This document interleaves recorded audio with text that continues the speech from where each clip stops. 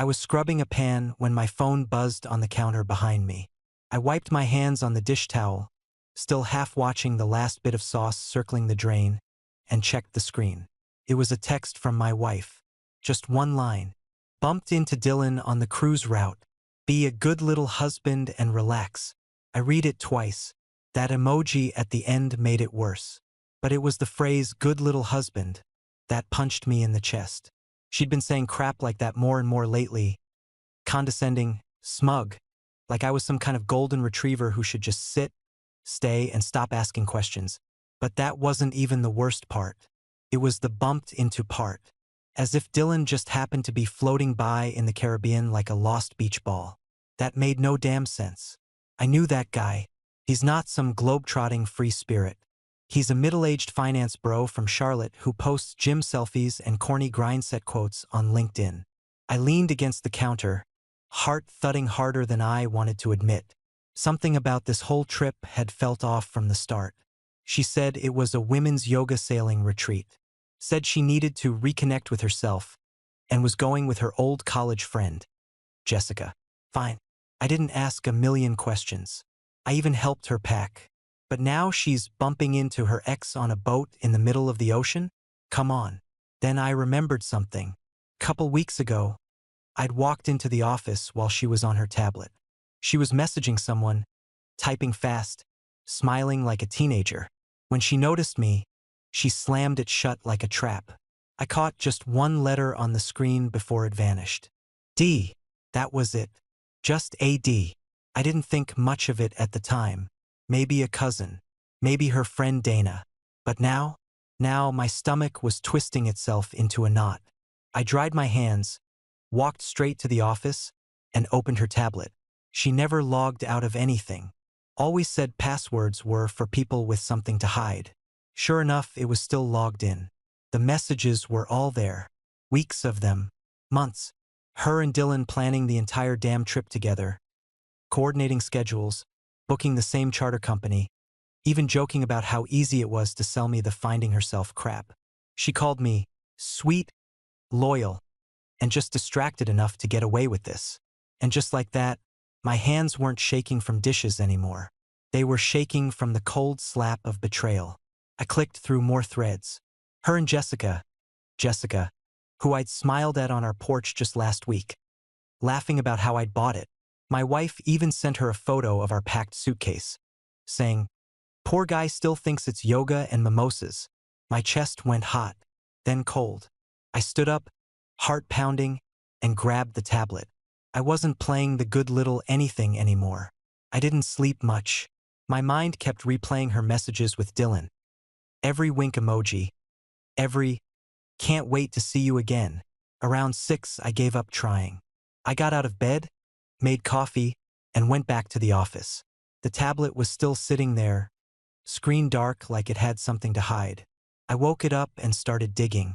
Not just the messages, I wanted everything. Browser history, emails, cloud backups. If she thought I was the clueless husband, she had no idea who she married. Her Gmail was still open. I scrolled through months of emails. There it was, an entire thread with Jessica, labeled trip details, smiling face with smiling eyes. They mapped the fake retreat down to the yoga studio's name, the cruise route, even pre-scheduled social media posts so it'd look legit. Jessica replied, "You're gonna come back glowing, and not from the sun, LOL. My wife, right? I keep telling him it's a spiritual journey." I didn't even realize I was gripping the edge of the desk until my knuckles hurt. In her browser history, I found searches like St. Lucia secluded beaches, Dylan yacht rental schedule, and how to align travel dates on Windward Passage routes. She didn't bump into him. She booked around him. Then I opened her photos. She hadn't backed them up properly, so they were all on device. Hundreds of shots, sunsets, yoga poses, fruity drinks. But in the reflections, mirrors, windows, even a damn sunglass lens, Dylan was everywhere. One selfie showed her grinning with her head tilted just right. But in her mirrored sunglasses, I saw his arm around her waist. These weren't coincidences. This was a second honeymoon. And I was the idiot back home doing dishes. I kept scrolling. Another email popped up in real time. Timestamped less than a minute ago. Subject line, thinking of you. It was from her. Just one line again. You really should learn to enjoy life more. Maybe we can take a trip together when I'm back. I stared at it. My jaw clenched so hard I felt it in my temples. Enjoy life? That's rich coming from someone sunbathing with her ex while mocking her husband's loyalty. I bet she pictured me watering the plants and missing her like a fool. That text wasn't concern. It was a leash. She still thought I was in my box. Sitting, staying, waiting. But something shifted right then. I closed the tablet and sat back, arms crossed. The house was dead silent except for the low hum of the fridge in the kitchen. And in that silence, I realized something. She expected me to keep playing my role. Smile. Trust. Be understanding. That's the part that burned. Not just the cheating, but how certain she was that I'd never call her out. Because I never had. I always gave her space. Supported her self-discovery. Gave her the benefit of the doubt even when things didn't add up.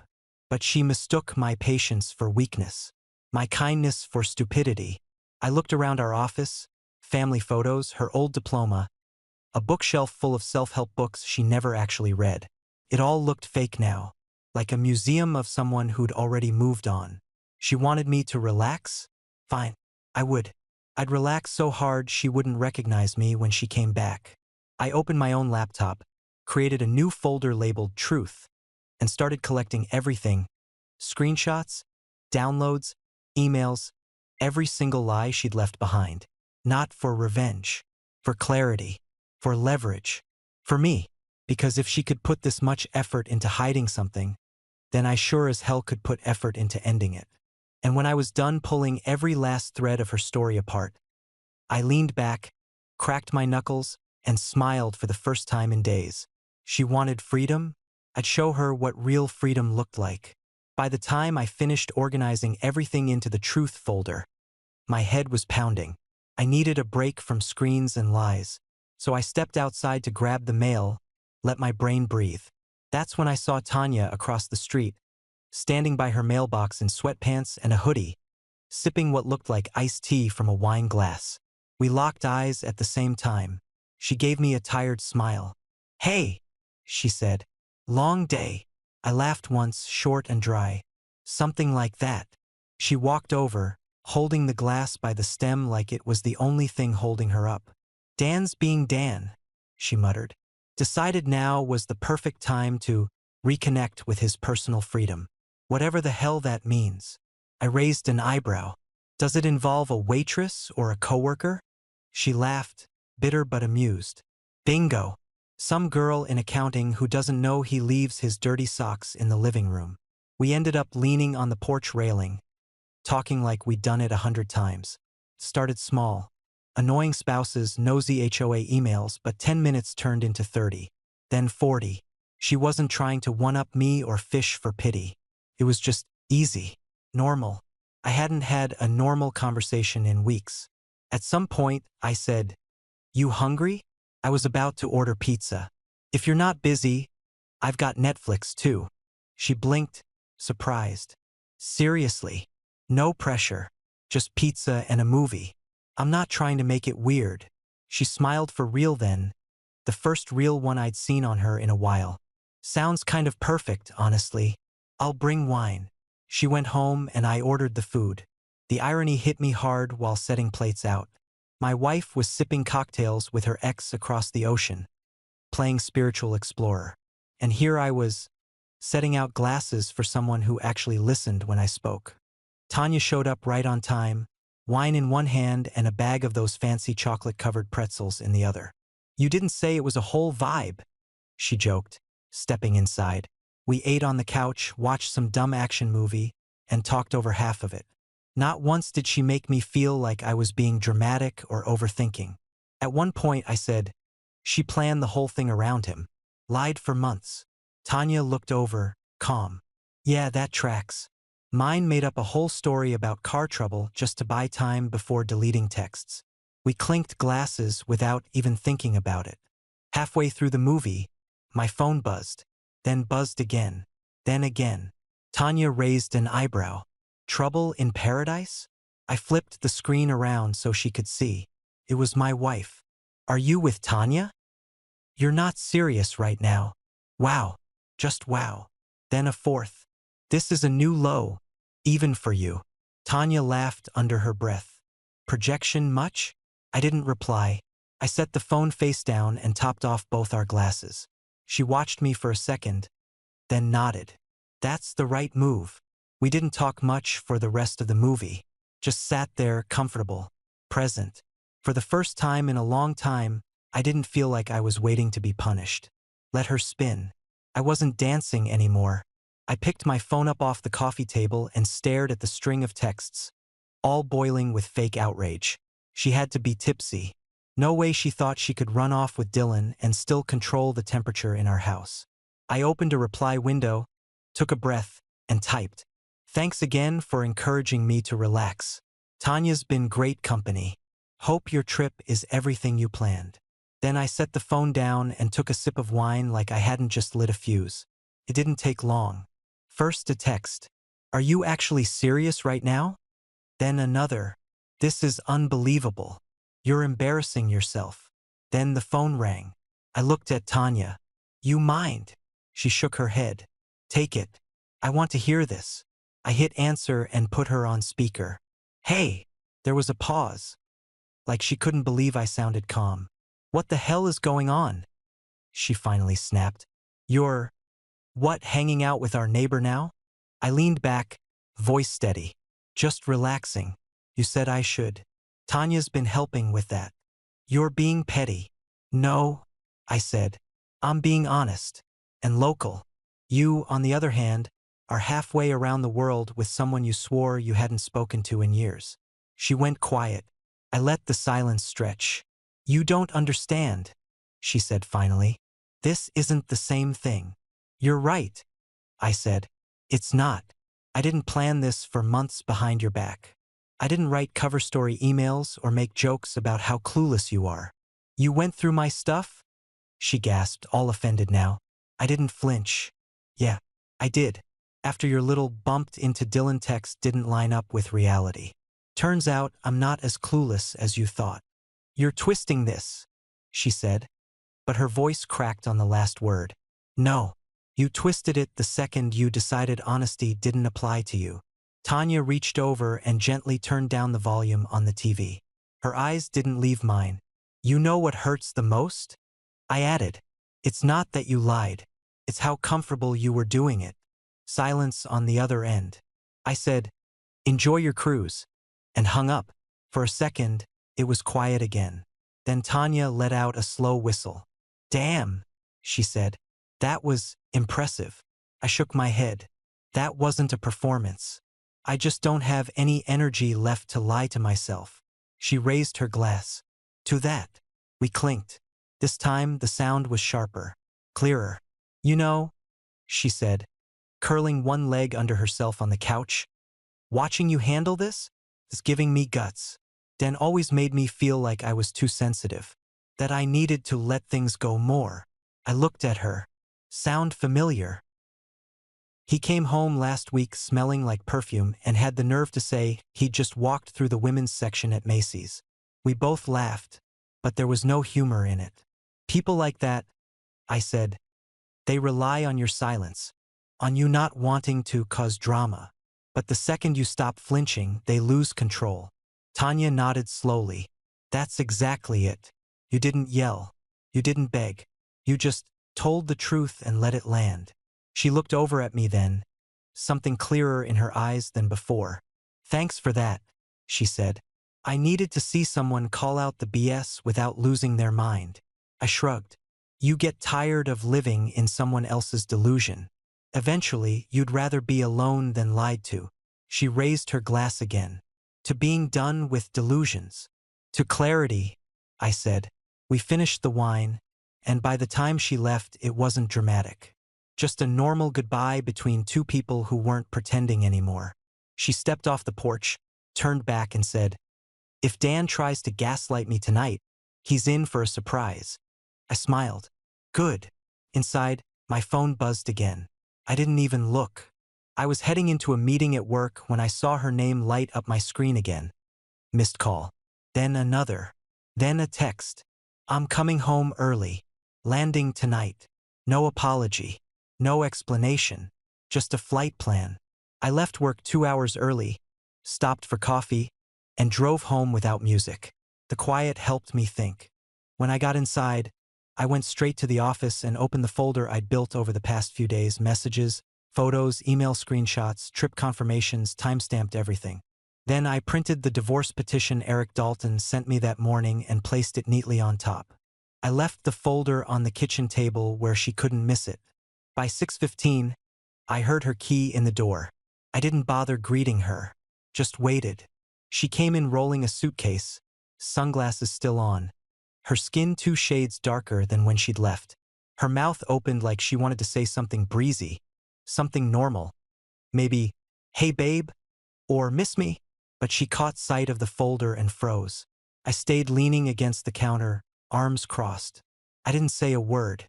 She walked over slowly, almost like she was afraid to touch it. She flipped the cover open and skimmed the first few pages, her face pale under the tan. When she looked up, her voice was soft. "What is this?" "You tell me," I said. Her eyes darted across the table. "You went through my stuff?" "I did." She shut the folder like that somehow made it disappear. "This is all a huge misunderstanding." I raised an eyebrow. "You accidentally booked a matching yacht trip with your ex?" "I didn't book it with him," she said quickly, the words sharp. I needed time to figure out where I was emotionally." "Right?" I said, walking over. I flipped the folder back open and pulled out the screenshot where she wrote to Jessica, "Your husband trusts me completely." I slid it across the table toward her. "You figured this out by mocking me with your friend?" Her mouth opened but nothing came out. "That's you. Your words. Don't bother pretending you don't remember." "I wasn't mocking you," she whispered. "It was complicated. I was confused." "No," I said, stepping back. "You were deliberate. You planned this for months. You built a whole performance and made me part of the set." She sat down, breathing hard now. Her hand trembled slightly on the edge of the table. "I was scared," she said. "Dylan reached out and it stirred stuff up. I didn't plan on anything happening. I thought maybe if I saw him again, it would give me clarity." I let out a short laugh. "Clarity?" "Yes," she snapped, then softened again. "Closure. Whatever. I thought I could put the past behind me. And now that you've had your closure," I said, "you're ready to come back and pretend it never happened?" She looked at me, eyes narrowing just a little. "I came back because I saw that picture. You and Tanya. You looked different. Like you didn't care. There it was." "So this isn't about guilt," I said. "It's fear." "I don't want to lose you," she said, voice cracking now. "I know I screwed up, but maybe this is what we needed. A wake-up call." I shook my head. "You didn't wake up. You panicked because I stopped chasing." "That's not true." "It is," I said. "You're not sorry about what you did. You're sorry it didn't go the way you expected." She pushed the folder away. "We can go to counseling." "No." Her head jerked up. "I'm not mad," I said. "I'm done." "You don't mean that." I pointed to the papers. "I do. That's a copy. I've already started the process." She stared at me like she didn't recognize who I was anymore. "You told me to relax," I said. "So I did. I stopped fighting for something you'd already walked away from." Her eyes filled, but I didn't move. "I thought we were stronger than this," she said softly. "You thought I'd take whatever you gave me," I replied. "But you were wrong." She wiped her face with the back of her hand and stood up. "I don't even know who you are right now." "That's funny," I said. "I finally do." I watched her walk out the door, suitcase in tow, not a single word left to throw at me. When it clicked shut behind her, I exhaled for what felt like the first time in months. A couple hours later, I met Tanya for dinner. She picked the place. Small Italian spot on the edge of town with string lights on the patio and quiet music playing low. The kind of place you actually have a conversation in. She was already there when I pulled in, sitting outside with a glass of red in front of her, phone face down, hair pulled back in a loose bun. She looked peaceful in a way I hadn't seen before. I slid into the seat across from her. "Today was the day," she said before I even asked. "You moved out." She nodded. "Left Dan this morning. Took a bag and went to my sister's. He said he'd work on himself. I told him to do that from a distance." I laughed once under my breath. "Good." We ordered food. Nothing fancy, just lasagna and salad, but it hit the spot. She sipped her wine slow, like she wasn't in a rush for anything. "He tried to spin it on me," she said. "Said I'd been cold for months. That if I'd been more supportive, he wouldn't have drifted." I shook my head. Classic. Mine said I misunderstood the whole thing. That she just needed emotional closure with Dylan. Tanya raised an eyebrow. "Let me guess. That closure involved beachside mimosas and shared sunsets." "Pretty much." She only got honest when she realized she might actually lose control. Tanya leaned back in her chair. "Same here. Dan started texting me nonstop the second he saw my empty closet. We went quiet for a minute while the server brought bread and filled our waters. I don't get how they convince themselves they're the victim," she said, ripping off a piece of bread. "Like they rewrite the whole story in real time. Because it works. Or it used to." She nodded slowly. "Until we stopped playing along." The wine helped, but it wasn't what made everything feel lighter. It was the silence between us. Not awkward, not tense, just still. Tanya looked at me and said, "Watching how you stayed calm through all this. It helped. You didn't explode, didn't lose yourself. You just stood your ground." I shrugged. "Didn't feel strong, just felt done." "Done's a good place to start," she said. We toasted to that. No big speech, no fake smiles. Just two people who'd both had enough of being lied to. "I'm not trying to jump into anything," she said later, voice low. "But this, talking like this, it's the first thing that's felt real in a long time." I nodded. "Same. No games. No guessing. Just honest." We finished dinner slow. She paid half without a fight. Didn't try to impress or entertain. Just stayed present. I didn't realize how much I missed that. Someone being real with me. By the time we walked out into the cool air, I felt clearer than I had all week. Not numb, not angry. Just steady. What I lost didn't matter as much anymore. What I found did. 6 weeks later, I was sitting in Eric Dalton's office, pen in hand, final papers in front of me. No nerves, no second guessing. Just a clean signature on the last dotted line. He glanced up from the desk. "That's it. You're officially done." I nodded, set the pen down, and leaned back in the chair. No dramatic sigh, no weight off my shoulders moment. Just a quiet, solid sense of relief. My ex hadn't fought it. Her lawyer took one look at the message threads and photo evidence and told her to stand down. She moved in with Dylan, not officially, of course. She said it was temporary.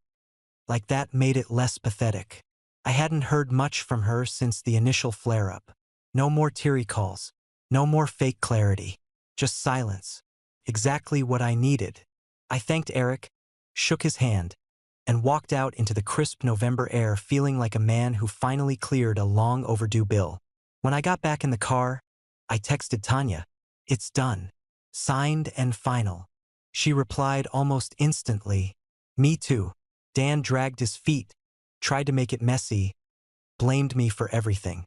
But my lawyer didn't budge. He finally caved. I smiled. We hadn't rushed anything, no pressure, no labels. Just stayed close through all of it. Shared crappy legal updates. Sent each other memes on the bad days. Talked when it got too quiet.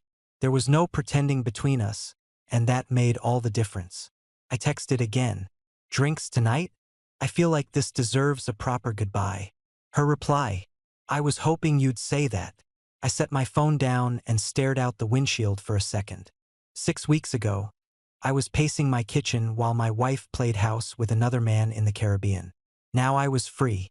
Not because she let me go, but because I stopped asking for a reason to stay.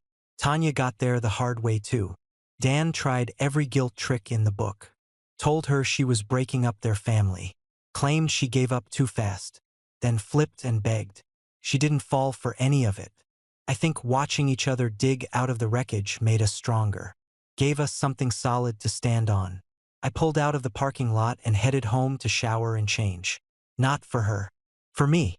Tanya pulled into my driveway just after 7, headlights off, music low. I stepped out and she rolled the window down with a grin. "You ready for this?" "Depends," I said, climbing in. "How expensive is the wine?" She laughed, a real one this time. "I'm not drinking anything that comes in a box tonight. We're officially free people. That deserves glass." She looked different, relaxed, lighter, like someone who could finally breathe without checking if someone else was watching. Her hair was down, earrings subtle, but there was something in her eyes, clarity, not performance. We pulled into this bistro I'd passed 100 times but never dared to suggest when I was still married. My ex would have rolled her eyes at the prices or picked at the menu like everything was beneath her. Tanya walked in like she owned the place. Asked the server about their wine list, listened, actually cared. We got a quiet booth by the window, and she ordered a Cabernet without a single glance at the price. "You ever been here before?" she asked. "Not once." Wasn't exactly on the approved list. She raised her glass. "To unapproved things." I tapped mine against hers. "To breathing."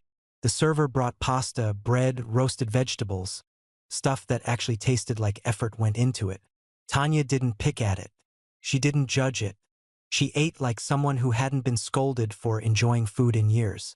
Halfway through the meal, she set her fork down, looked at me and asked, "Do you ever feel guilty? Like maybe you should have tried harder?" I sat with that for a second. I used to. A lot.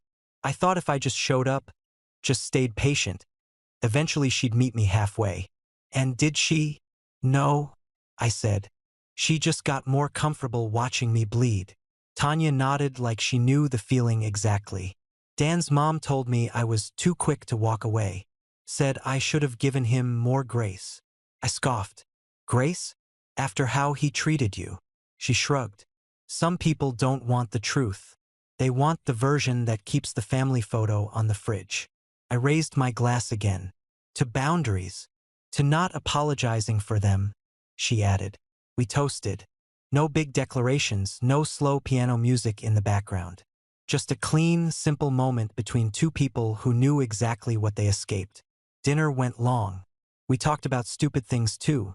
Shows we were binging, old high school stories, our shared hate for Sunday night dread. It was the most unforced evening I'd had in years. No code switching. No walking on eggshells. Just calm honesty. On the drive home, Tanya said, "It's weird. I thought I'd feel sadder today. Like something died." "It did," I said. "But it was already dead before we signed anything." She nodded. "I think I finally get that now." She parked in my driveway but didn't rush off.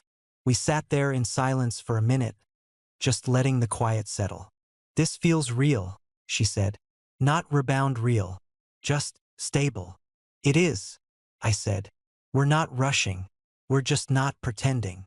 She smiled again, that same easy one she gave me earlier. Then she leaned across and gave my hand a quick squeeze. "Thanks for dinner," she said. I squeezed back. "Thanks for being the first person in a long time who didn't make me feel like I needed to shrink." She pulled away slow, headlights cutting across the street, and I stood there watching her car disappear. No weight in my chest. No guilt. Just stillness. This wasn't the end of something. It was the start of something finally honest. I walked back into my house, locked the door behind me, and flipped off the porch light. The place felt still, not empty. Just clean. Calm. I tossed my keys in the bowl, kicked off my shoes, and sank into the couch. No background noise, no tension creeping in the corners. Just me. For the first time in a long time, that was enough. My phone buzzed beside me. A text from Tanya. "Thanks again for dinner. It feels good to be around someone who just gets it." I smiled, typed back. "Same here. No pressure. Just real peace." I set the phone down and let my head fall back. That one sentence kept circling in my head. The one that started all of this. Be a good little husband and relax. She meant it as control. A leash. The kind of comment that kept me in line while she disappeared into fantasy with someone else. But looking back now, that was the best advice she ever gave me. I did relax. I relaxed out of the marriage, out of the guilt, out of the mental gymnastics it took to keep justifying her choices. I relaxed right out of the trap. Because for years, I'd been holding the weight of both of us. I blamed myself for not being enough, for not understanding her needs, for asking questions she didn't want to answer. But the truth was, I wasn't the problem. I was just the one holding on the longest. I looked around the room, everything where I left it. No one storming around. No passive-aggressive sighs from the hallway. The air was still. My mind was still. This wasn't loneliness. This was freedom. I didn't lose something in this divorce. I didn't fail. I didn't break. I found something. I found a version of myself that doesn't apologize for having boundaries. One that doesn't flinch when someone pushes. One that doesn't buy into the idea that love means bending until you snap. This version of me doesn't need to prove anything. And I'm not interested in carrying anyone else's chaos just so they can feel in control. Whatever comes next with Tanya or anyone else, it'll be on honest terms. No games. No power plays. Just mutual respect or nothing at all. Because now I know exactly what I will and won't allow. And I'll never forget where that shift started. With a 7-word text meant to shut me up.